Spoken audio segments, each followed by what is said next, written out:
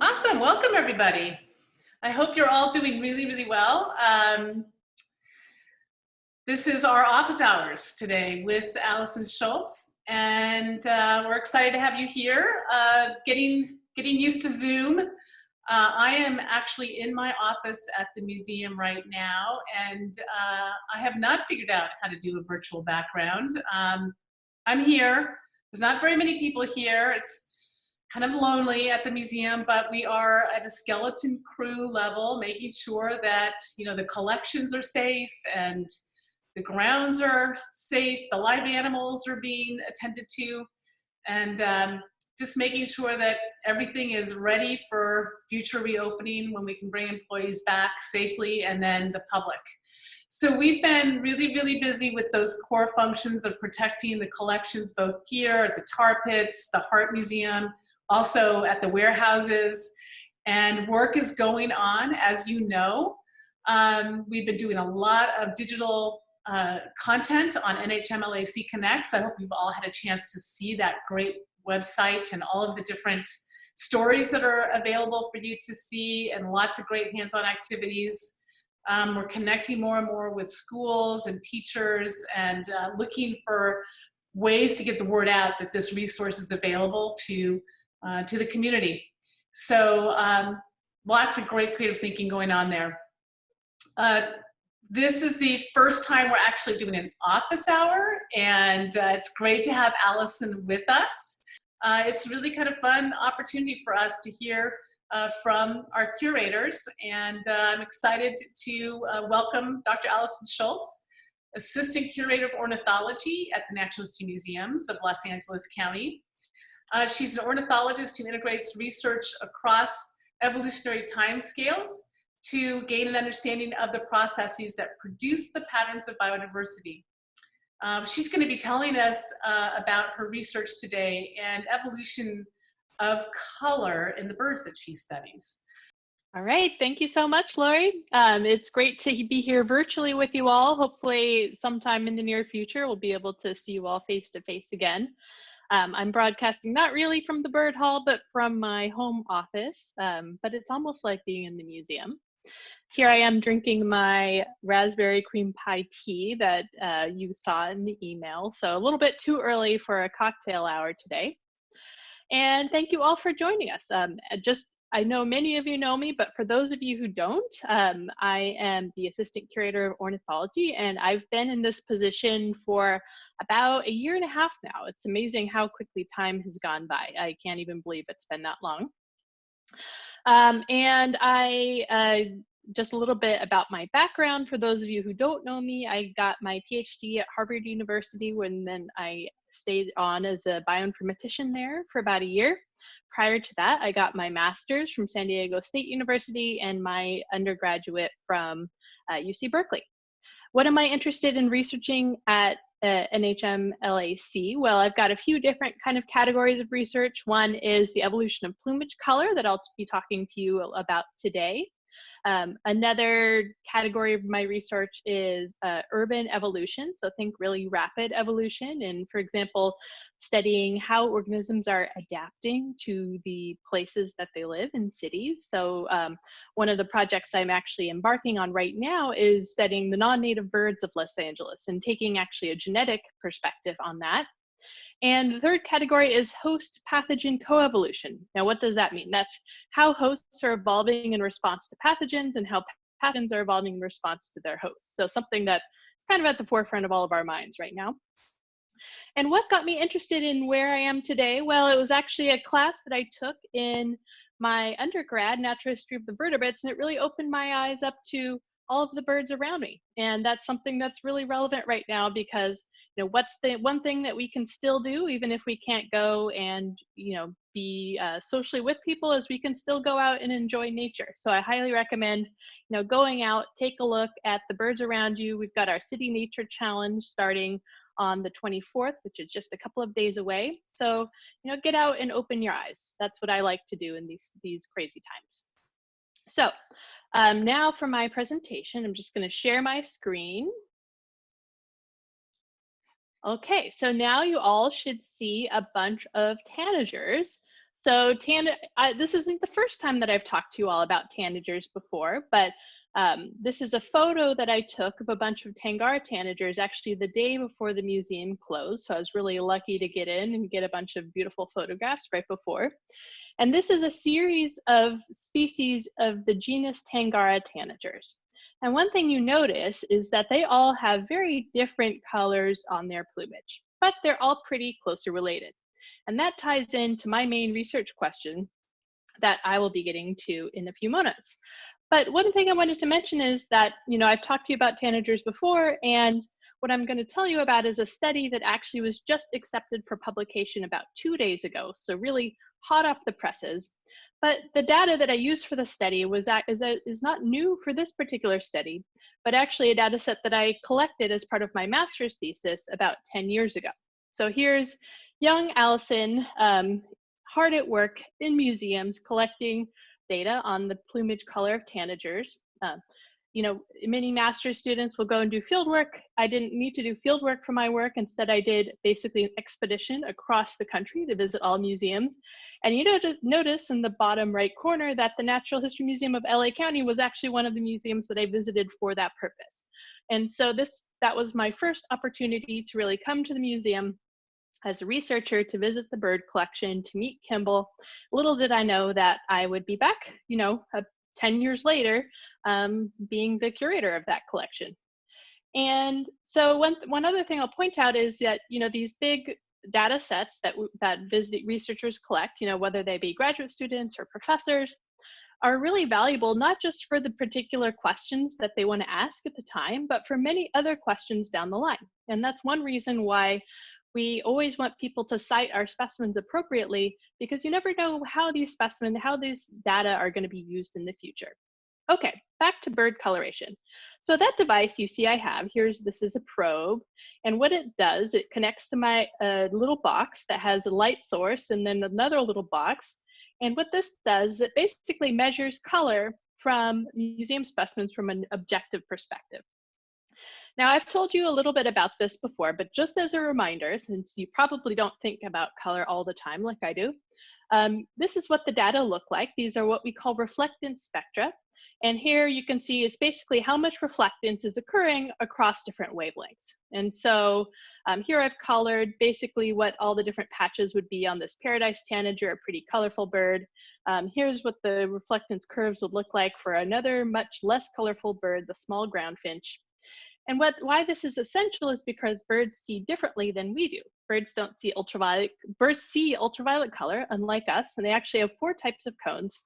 So we analyze all of these color data from the bird's perspective. So this is what we call the avian tetrahedral color space. And all I really want to take away is we can essentially convert these graphs into points in this color space and take measurements of them and come up with measures of color complexity. So basically, a bird like this paradise tanager, you can see that the points are all really spread apart. So this is an objective measure of having very colorful plumage. Whereas this small ground finch, the points are all really close together and clustered, and this would have objectively very low, not very colorful plumage, so pretty drab plumage. And so another essential part of being able to analyze color is being able to have this evolutionary tree of tanagers. And so in my previous work, I basically mapped all of these different species values that I had gathered to this tree and looked at how male and female plumage evolved. However, about a year and a half ago, Rosalind Price Waldman, another master's student at San Diego State, and Kevin Bird, who is with Kevin Burns, my master's advisor, contacted me and asked if I would be interested in collaborating in another question, which was investigating not just how color evolves, but how the evolution of color actually impacts how species are diversifying. Now, what do we mean by that? So if you look at this basically circle of this phylogeny, you can see that these tips represent species values. This is present day. As we go towards the center of the tree, this is basically getting earlier in time. And so because we can infer who's related to who and at what point in time approximately did those 2 species diverge, we can get a sense of how speciation, or species separating and becoming new species, is happening through time. And one hypothesis that's been posed before is actually that the color of a different species, a coloration of plumage, is directly related to speciation, in that if you're more colorful, you're more likely to speciate faster. And that's because color is really important in social signaling, and because two species A need to be able to tell each other apart. So if you have really colorful plumage, it's more likely that you'll be able to distinguish between two different species. And because plumage is really involved in sexual selection, and that in mate choice, that's females choosing males of certain males as their mates. And so if plumage is involved in that, then we expect it might be diversifying at speciation. And so we set out to test this hypothesis. Here is a figure from our paper. I know it looks really complicated, but see, this is that same circle phylogeny, and now each branch is colored by the rate of evolution. So one thing we can infer from these phylogenies is how fast is speciation occurring. And you can see these bars on the outer side, our outer part of the circle, are basically coloration values. So the first thing we wanted to do was ask, is there a correlation between how colorful a bird is and how fast speciation is happening? This is what had been hypothesized by the previous literature. And what did we find? We found that there is no correlation whatsoever. And so it doesn't matter if you're really colorful or if you're really drab, you're equally likely to speciate at about the same rate. And so, this is a little bit disappointing when we first saw that. It's always, even though these results are really important, it's not as fun as finding a positive result. But it got us thinking, does the absolute color really matter in terms of thinking of speciation? But maybe instead of what color you are, it's how fast is your plumage color changing? And so that led us to do another round of analyses and actually calculate the rate of color evolution. And so that's, the rate by which plumage is becoming more colorful or more drab. And that actually might make a little bit more sense when thinking about speciation, because maybe it's not what color you are, but it's how fast is your plumage changing. So we ran that analysis. We found actually, in fact, in both males and females, there was a correlation between speciation rate and the rate of plumage evolution. And so, this is a way that we are moving forward, not just thinking about how tanagers are diversifying, but actually coupling that with a social signaling trait like plumage. Song would be another interesting one to test. And so we're moving the field forward. And it goes to show you how, once you collect these different data sets from museum specimens, you can use them over and over to answer different questions. And so when we look at these beautiful tangar tanagers, the fact that we're seeing all these different colors between species might be related to the fact that speciation is pretty fast in this group. Now, I'm going to take a little bit of a diversion and now jump to kind of what I'm working on and how I'm gathering new pieces of data. And that's thinking about what are the mechanisms producing these color and how does that relate to how species are forming or how plumage is evolving. Now, I know some of you attended the scanning electron microscope presentation and heard a little bit about, for example, super black plumage and how plumage microstructure is evolving in tanagers. And so I had just kind of started the research at that point. And since then, I've actually discovered another couple of tools in the museum that I can use to answer these questions kind of even more thoroughly or from a different perspective. And one of those tools is the Keonce microscope. So you guys might be familiar with the Keonce microscope or the photos it produces from Brian Brown's work. So all of those gorgeous photos that you see of insects that are posted on our social media or are going to be on exhibit, for example, all of those are taken with a microscope that can basically take pictures and stitch them together and produce a beautiful image. And so while most of what we've seen so far have been of insects, actually they do a really good job of capturing feathers as well. So here's a photo from that silver-beaked tanager that we just saw right there. This is one of its rump photo. And you can see we can really actually start to study what are some of the morphologies, and not just the morphology, but how is the color distributed in the feather. And so this is work that an undergrad intern last summer was helping me collect all those photos, Jackie Dahl from Occidental College. She is actually a geology major, so it's fun to get her, the chance to work with some biological species. And I just found out actually that she won a Goldwater scholarship partially because of her work in the museum, which was really exciting. And she wants to become a museum curator. So, it's so rewarding to be able to mentor individuals like this. Here's just a few more photos. So Jackie is now in the process of analyzing these data.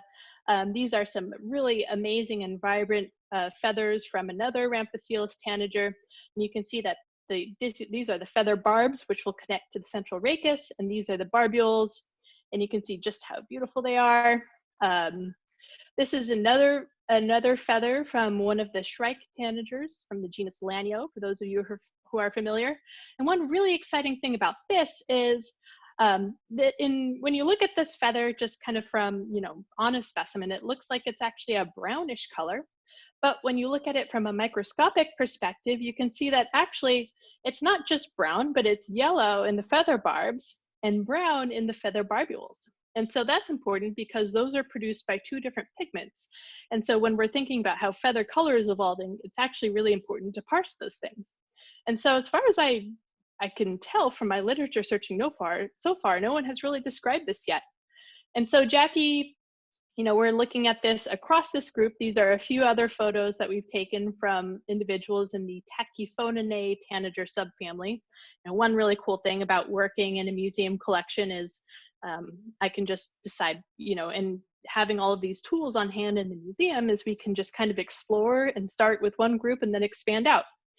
This graph in the middle is actually a Raman spectrograph. And so this is another collaboration in the museum with Aaron Celestian in the mineralogy department, who's letting us use his Raman spec to actually investigate what are the pigments in the barbs and the barbules. And so Jackie, in her geology background, is pretty familiar with this type of analysis. So, this is another way that we're collaborating across museum departments. So, these photos are just a first look, and hopefully in the next few months, I'll be able to have another update for you all and present, what else we found and what have we discovered in the evolution of feather barbs and feather barbules. So with that, I'm going to open up the floor to questions. So please feel free to ask a question about feather color, feather microstructures, ornithology in general, something about my time in the museum or in the field. And just a reminder, please type the questions into the Q&A box by clicking the icon on the bottom of your screen, and Christina will then read your questions to me and I'll answer them. Julie Deanda wants to know, do feathers disintegrate over time?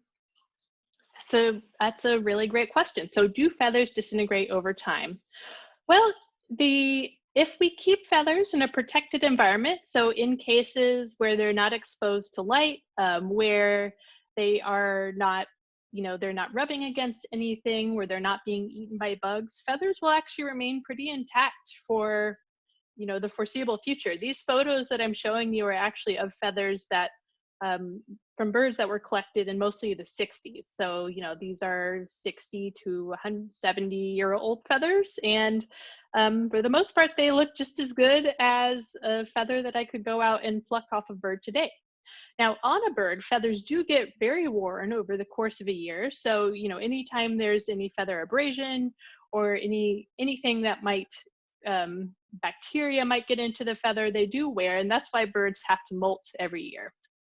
That's a really good question. Another question we have from Monica Schaefer is, are any of these tanagers found in Los Angeles? Another good question. And the answer to that is no, unfortunately. So you might be thinking, wait, Allison, but there's the Western tanager. I just saw one in my backyard the other day. Migration is full swing right now. But when we were making that molecular phylogeny, actually one of the things that we discovered was that Western tanagers are not actually tanagers when you look at them genetically. It turns out they're actually a type of cardinal. So no tanagers here. The only one that gets into the US is one of the seed eaters, which is into the very south part of Texas, but that's about it. Otherwise, if you go to Central and South America, you can see tons. And Suzanne asks, how has the collection evolved so far, and what are its strengths? Noting that she believes birds were among the first things collected at the museum. That is absolutely true. So birds were one of the founding departments of the museum. And actually, if you will, I have some graphs on this. Let me just give me a second and I will show you some concrete data that I have. I'm actually in the process of writing a grant to update our cabinets for the collection. And so part of that was to do some analysis of how our collection has changed over time, which was very enlightening both for myself and for Kimball Garrett. He actually learned some things from these graphs that I produced too. So here's how our skin collection has grown over time. You can see that for the most part, it's kind of steady chugging along, except for this time in the 60s and 70s when there were a bunch of really big expeditions to South America and to Africa. And this big spike here was when we acquired about 10,000 specimens from Misiones in Argentina. And I can show you just one more kind of cool map, which is how our specimens are distributed around the world. Now you can see this is how our specimens around the world are distributed, where this darker indicates more specimens from that place. So you can see we've got, of course, a lot from California and Los Angeles, but we also have really good collections from Brazil and Argentina, right in here, and East Africa. And we actually have one of the best East African bird collections, which is something really cool. And you think about, when they were collecting to fill up those dioramas in the mammal hall, they also collected a lot of birds too. So Michael Thatcher wants to know, why are some birds a single color, like all black or all white? So why are birds all black or all white? Well, it might depend on the background that they're trying to blend into. So, feathers have many different functions like thermoregulation. So for example, birds in kind of less humid places and hotter places tend to be lighter colored for the most part, because especially in northern latitudes or very southern latitudes, birds actually need to have more radiation going to their skin to keep them warm. Interestingly, in the desert, you actually find birds tend to be darker colored. Think of like a phainopepla, a bird that's very dark colored, perched out in the middle of nowhere. And that's because that black plumage can actually capture heat and keep it away from the body and let the wind disperse it. So many different functions of plumage color. And some birds plumage might not be the biggest signaling function, but something like song actually might be more important for those birds. And trustee Greg Martin wants to know, are you noticing any difference in the behaviors of birds in LA since the stay-at-home orders were put in place? Great question, Greg. Birds are an interesting one. Well, I know there's been a lot of press on kind of the big mammals like coyotes and deer, and everybody kind of, retaking these natural areas. For the most part, birds are well integrated into our into our spaces. So, and honestly, it's a little bit too early to say. This, one reason why it would be good to get out and take observations with iNaturalist or eBird is so that we can actually track these trends. There's certainly nothing that's as apparent as, coyotes running down empty streets with birds, but it is possible that this will have some sort of impact, because birds are impacted by people being out and about and outside. But there are a bunch of researchers who I know who are really excited about kind of digging into these data and see what kind of effects this social distancing will have on wildlife and birds too. And Saktung has a big question for you here. How do you think the environment plays a part in the morphology and or evolution of feather coloration? Good question, Sak. That's a really important thing. As I just said, temperature regulation can be a big component of bird color overall, as well as the light environment that birds have to work with. So for example, we find that birds that live in brighter light environment, for example, the canopy or open habitats might have more colorful plumage, whereas birds that live in kind of darker understory habitats where light doesn't really reach them tend to have darker plumage and less colorful plumage. And that's one of the reasons that I love studying bird coloration as much as I do, because it's a very complicated trait. It's not just used for communication. It's also important for all sorts of other aspects of birds, their ability to fly.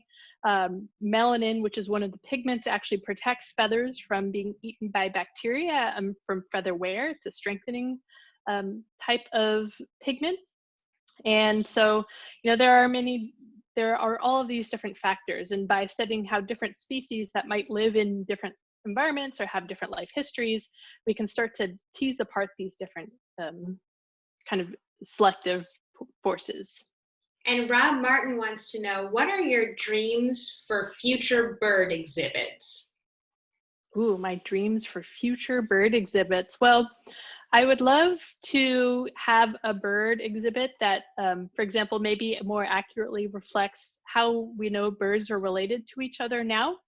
The bird hall was made in about 1980, and since then, through kind of genetics, we've learned that a lot of species we thought were related actually aren't related at all, and a lot of species that we never knew were related to each other might be sister. And so I'd love to kind of rearrange things to be more accurate and give people a sense of some of the different kind of evolutionary histories of these birds. I would also love to see a little bit more focus on the research that we've done in the department and the research that's been done on the specimens themselves too. A lot of people don't realize that the specimens are living behind the scenes, and so any way we can get that word out, I think, is useful. And Bruce Rothschild asks, are any of the specimens you're studying from the collection made by Kenneth Stager? Absolutely. I haven't necessarily looked at each specimen that I worked at, who's the preparator, but almost certainly Ken Stager was for at least some of the specimens that I'm working with, because he did prepare so many of our bird specimens. I kind of have my eye on studying a few of our different African species. I know a lot of you have heard me talk about turacos, for example. Also, sunbirds are a really vibrant group. And almost certainly he'll have prepared some of those. When you took samples of feathers for your research, did you collect from baby birds versus juveniles versus adult specimen? We were pretty careful to only sample adult specimens because a lot of times juvenile or really young birds will have different plumage than the adults would. And because we were really interested in kind of social signaling and sexual selection doesn't act as much on young birds because they're not really trying to attract mates yet. So whenever we are looking at birds, one piece of information that we get when preparing a specimen is if it's an adult or a juvenile.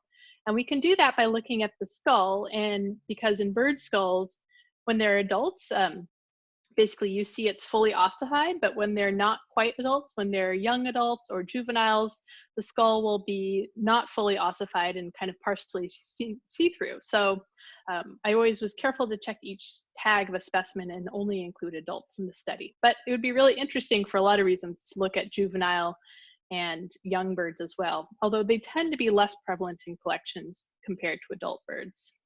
And Susan Montgomery asks, concerning your remark about the Western tanager, does this also mean that the scarlet tanager in the East is also not a true tanager?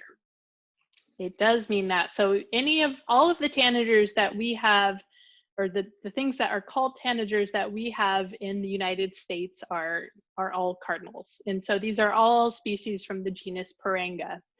Now, we actually tried to get the name changed from tanagers to Puranga, so it would be like the Western Puranga, the Scarlet Puranga, but the birding community wasn't a fan of that, so it got shut down. And it looks like we have one other question in here. It's from Paul Basir, and he wants to know, how does NHM's bird collection compare with other natural history museums? It's a great question, Paul. So, we don't have the biggest bird collection at NHM. We've got about 122,000 specimens, which puts us probably in the 15th or 16th place. Nobody's really done these calculations in a while in terms of size, but as collections, we don't really we don't really compete with each other. We all have our specialties. And so, for example, we have, like I said, one of the best East African bird collections, and also Brazilian and Argentinian. So we get people coming to our collection for those species in particular. And of course, Southern California as well. We've got amazing collections of birds from Southern California. We also actually have one of the biggest bird skeleton collections. We've got about 17,000 bird skeletons. And why is that? Well, that's because of our relationship with the tar pits. How do you know what comes out of the tar pits? Well, you have to be able to compare it to skeletal material of something that you have identified. And so we also get a lot of people, both from the tar pits and vertebrate paleontology. And think about, all of our Dinosaur Institute friends here at the museum. All of our skeletal material is very relevant for those types of researchers too. And Monica Schaefer asks, is the museum continuing to collect additional bird specimens today? If so, how do we acquire them? Great question. We do actually build our collection by a few hundred birds each year. And for the most part, those are acquired through salvage. So when somebody finds a dead bird, they'll call us up and say, hey, Allison, or hey, Kimball, I've got this bird. And, we'll say, okay, when did you find it? Where did you find it? And we'll arrange a way to get it to the museum. So we also work with wildlife rehabilitators when they take in birds. If any of them fail to be rehabilitated and pass away, they'll actually save them for us. So we'll go and pick up the bag of birds from, example, California Wildlife Center, or several others in the area. We do occasionally get birds from zoos too, so with the LA Zoo or the San Diego Zoo. And we do actually do some collecting as well, but much more kind of targeted for our specific research programs that we're interested in.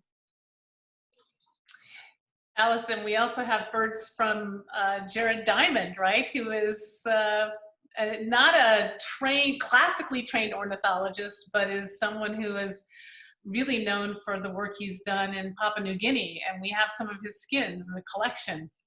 Absolutely, that's right, Lori. So I should have mentioned that, researchers also can give us their collections when they go out and collect. Now, Jared Diamond, he's actually a research associate in ornithology, but let's say a researcher at USC goes out and collects a bunch of birds for their project. We'll gladly take them, especially, given that they have the appropriate permits, into our collection. And that's another way we can build the collection too. The question about how our collections compare to the other ones, I'm sure you and Kimball were part of this study called the One World Collection, looking at how our collections fit in with those from other institutions from around the world so that we can understand where the gaps are in our knowledge. Mm-hmm. And do you recall, I don't recall in that paper, I know is now being prepared for publication, but where are the areas in the world that we know the least about from looking at the collections that we have from those 70 plus museums? Yeah, that's a great question, Lori.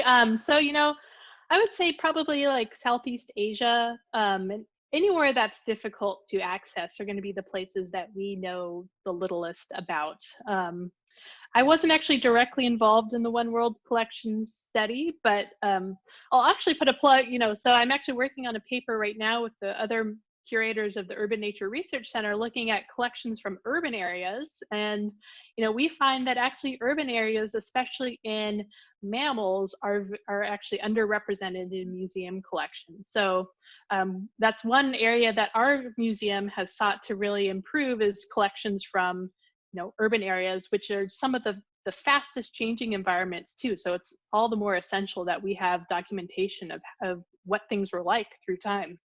Yep. That's great. It's fun to think about what the future bird hall might look like. I love that question, Rob. And I know Allison does too, because as we think about the future and hopeful work that we see coming to NHM on the western end, and we're looking at ways that we can rethink our exhibits. I love the classic cabinet of curiosity that's behind Allison right now at the moment. So we know that we'll keep some of that, but new ways of storytelling for sure, and excited about thinking about that in the future. I also just want to take an opportunity to just tell you how much we appreciate the support that all of you provide to us. It's really important at this point in time. You know, everybody is certainly been impacted by this pandemic, and we have too. So your support is really critical to our continued success and ability to reach out to our audiences and continue to do all of the wonderful work we enjoy doing so much. We were really blessed to receive a $500,000 grant from the Hearst Foundation. Some of you may have read that they gave out $50 million to organizations that they've supported around the country, and we are one of those, and one of our board members is directly connected to the Hearst Foundation, and we were just so grateful to be able to receive that support right now to help us continue our work. But every little bit counts, as you know, and so thank you for that. Thank you for your support. I am looking forward to seeing you again soon. Thank you, Allison, for sharing this time. Your office hours with all of us has been just incredible. We're grateful to all of you, and thank you for being part of the Natural History Museum's family. Thank you.